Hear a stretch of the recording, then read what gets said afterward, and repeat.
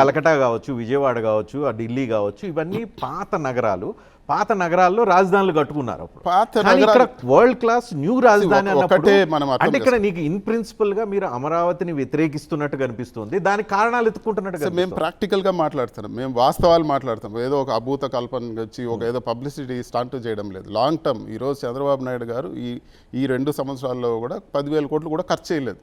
ఆయన లక్షల కోట్లు తెచ్చి 20 సంవత్సరాలు ఆల్రెడీ 40,000 కోట్ల రూపాయలు కాంట్రాక్ట్లు అవ్వాలి కదా, అవన్నీ అక్కడ ఎక్కడ కూడా అవ్వడం లేదు. ప్లస్ ఇంకొకటి ఏమంటే ఇవన్నీ ఏ సిటీ అయినా ఆర్గానిక్గా గ్రో అవ్వాలి. ఏ సిటీ అయినా దానికి గ్రో అయ్యేదానికి ఒక ఎకో సిస్టమ్ ఉండాలి. ఇప్పుడు కల్కట్టా గ్రో అయిందంటే దానికి ఆర్గానిక్గా గ్రో అయింది.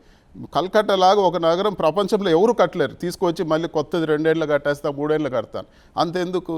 ఈరోజు కంపెనీలు అన్నీ తీసుకొస్తా అంటున్నారు చంద్రబాబు నాయుడు గారు.